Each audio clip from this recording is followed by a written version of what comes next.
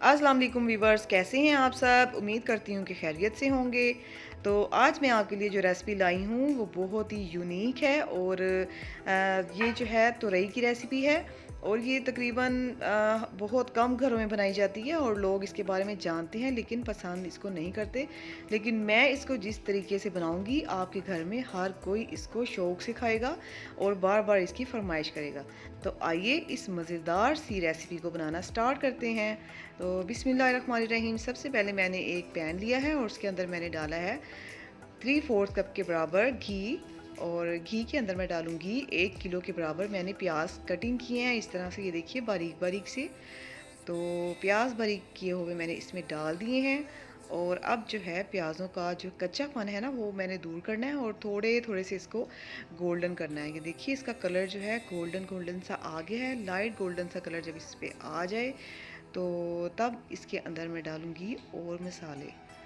तो इसमें जाएगा 3 अदद टमाटर, टमाटर की प्यूरी ये देखिए मैंने बनाई हुई थी वो मैं इसमें डाल दूंगी और साथ में अदरक लहसुन का पेस्ट 1 टेबल स्पून और साथ में इसमें हरी मिर्चें 4 से 5 अदद और इसमें जाएगा नमक 1 टेबल स्पून और हल्दी जाएगी 1 टीस्पून और 2 टीस्पून लाल मिर्चें।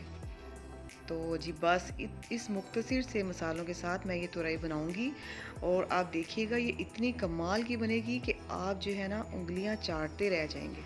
तो आप इसको ज़रूर ट्राई करिएगा। और ये देखिए मैंने 1 किलो प्याज लिए थे और उसके साथ मैंने तुरई ली है 2 किलो। ठीक है, 2 kg मैंने तुरई ली है और इस तरह से मैंने इसको बारीक बारीक काट लिया है। और ये देखिए मैंने इसको अच्छी तरह से धो लिया था पहले और बाद में फिर इसको मैंने काटा था।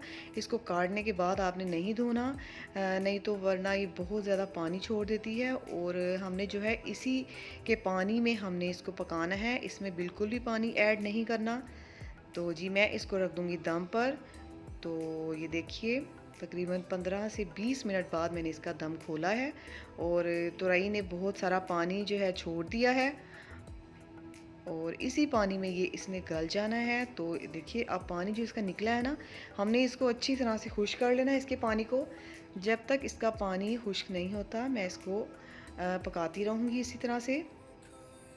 और ये देखिए मैंने एक छोटा सा कैरी लिया था वो मैंने इस तरह छोटे छोटे क्यूब्स में काट लिया है। बस ये आपने जो है इसमें डाल देना है एंड पे, जब थोड़ा सा पानी तुरई का रह जाए तब आपने इसमें डाल देना है।